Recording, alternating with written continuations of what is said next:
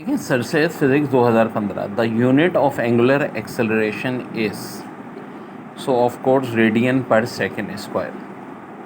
फिर कह रहे हैं डायमेंशन ऑफ एंट्रोपी। तो यार देखो एंट्रोपी होती है एनर्जी अपॉन टेम्परेचर। एनर्जी की dimension M L square T minus two और टेम्परेचर की के, तो M L square T minus two K minus ये वाला ऑप्शन हो जाएगा, इसका ये हो जाएगा।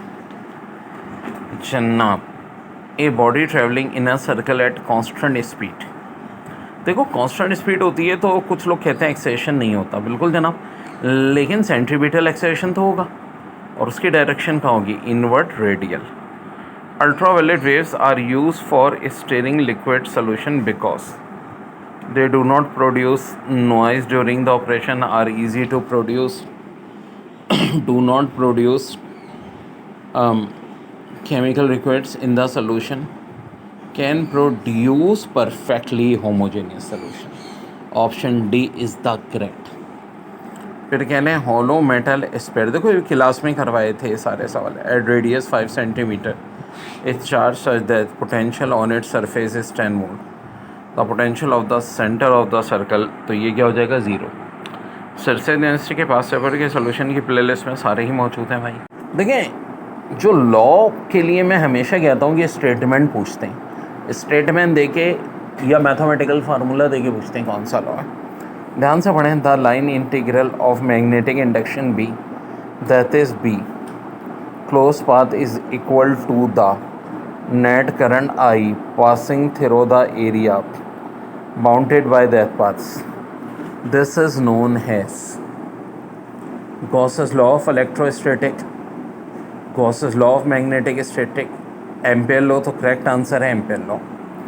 फिर at Curie temperature ferromagnetic material is converted into paramagnetic. देखिए इसे उल्टा भी पूछते हैं कि जब फेरोमैग्नेटिक पैरामैग्नेटिक में कन्वर्ट होता है तो उस टेम्परेचर को क्या कहा जाता है, Curie temperature.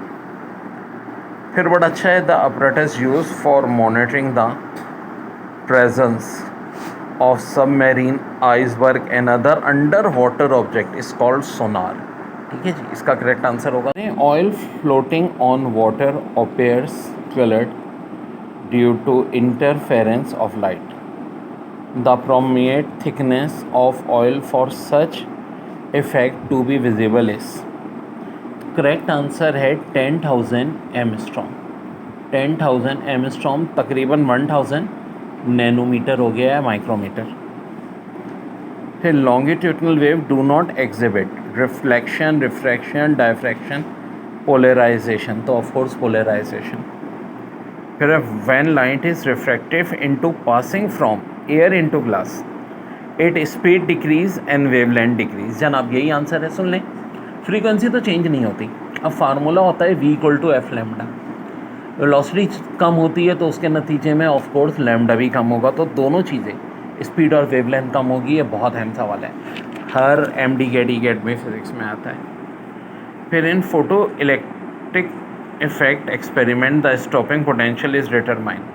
Option A work function of the metal, option B the incident of the incident light, option D both A and B, तो बोथ ए एंड बी। फिर है real image form by the single convex lens are always, तो correct answer है invert. If an object is place 30 centimetre from convex lens have focal length of 15 centimetre, what would be the size of the image compared to the object। बेटा एक trick बताई थी मैंने कि जब भी ऑब्जेक्ट डिस्टेंस फोकल लेंथ का twice होगा, इमेज बराबर किसके होता है, ऑब्जेक्ट डिस्टेंस के बराबर होता है। ठीक है, तो यहाँ पे बात पूछ रहे हैं size of image compare to the object, तो क्या हो जाएगा, इमेज डिस्टेंस के बराबर होगा, जो ट्रिक हमने क्लास में बताई थी। Which of following equation is Einstein equation, तो E equal to mc² Einstein की है। फिर radiation is the main method of energy transfer from Sun to Earth. ठीक है जी, ऑप्शन ए करेक्ट। फिर कह रहे हैं in equation E equal to h nu, h is Planck's constant, when metal is heated sufficiently electrons are emitted by metal, this phenomena, ये देखें बड़ा है हमें, थर्मियोनिक एमिशन है, ठीक है, थर्मियोनिक एमिशन, अलग से डेफिनेशन भी पूछ सकते हैं। 2015 a nichrome wire 50 centimetre long and 1 millimetre in cross section यानी area carries a current of 4 ampere when connected to 2 volt strong battery. The resistivity of nichrome is, बड़ा ही प्यारा सवाल है बच्चों। देखो रेजिस्टिविटी इस तरह निकलेगी, resistance multiply by current upon length area. अब देखो ये जो रेजिस्टेंस है बड़ा आसान है, करंट जो है वो क्या है आपका 4 एम्पेयर, वोल्टेज 2 को 4 से डिवाइड कर दो 0.5 आ जाएगी।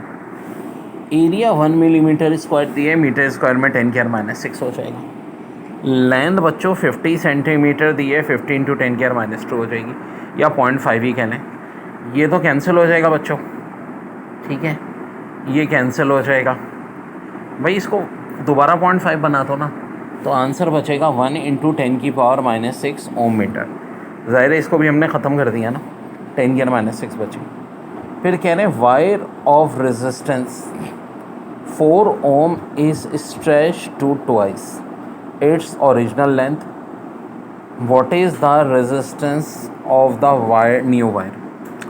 लेंथ अगर ट्वाइस होगी, मेरी एक बड़ी अच्छी शॉर्ट ट्रिक याद रखो, तो रेजिस्टेंस 2 का स्क्वायर 4 टाइम बढ़ जाएगी, ठीक है, 4 टाइम बढ़ जाएगी तो क्या हो जाएगी, 4 4 16 इज